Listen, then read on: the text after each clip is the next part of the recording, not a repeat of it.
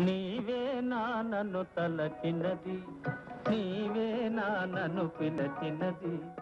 ఎన్నో సినిమాలు రీమేక్ అవుతున్నాయి. అఫ్కోర్స్ మాయాబజార్ కలర్లో వస్తుంది. ఒకవేళ మాయాబజార్ రీమేక్ చేశారనుకోండి, మళ్ళీ తీశారనుకోండి, ఇప్పుడు ఈ పాత్రలన్నింటికి ఎవరు సూట్ అవుతారని మీరు అనుకుంటున్నారు?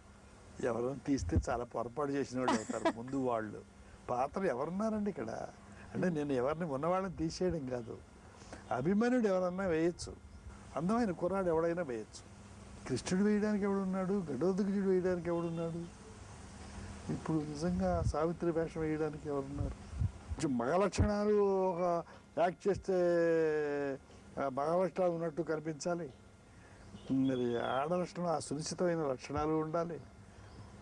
ఇవన్నీ ఉన్నవాళ్ళు ఎవరు ఉంటే నేను సౌందర్యం ఉండే చూడని సరిపోయింది.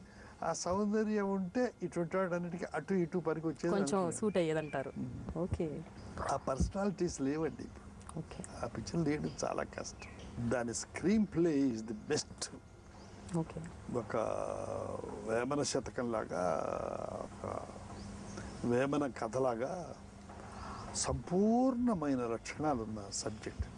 ఏ వయసు వాళ్ళకైనా ప్రతి ఫ్రాక్షన్ ఆఫ్ సెకండ్ ఎంటర్టైన్ చేస్తూ ఉంటుంది. వివాహ భోజనంబు వివాహ భోజనంబు వింతైన వంటకంబు వియాల వారి విందు ఒక్కొక్క నాకే ముందు. వివాహ భోజనంబు వింతైన వంటకంబు వియాల వారి విందు ఒక్కొక్క నాకే ముందు.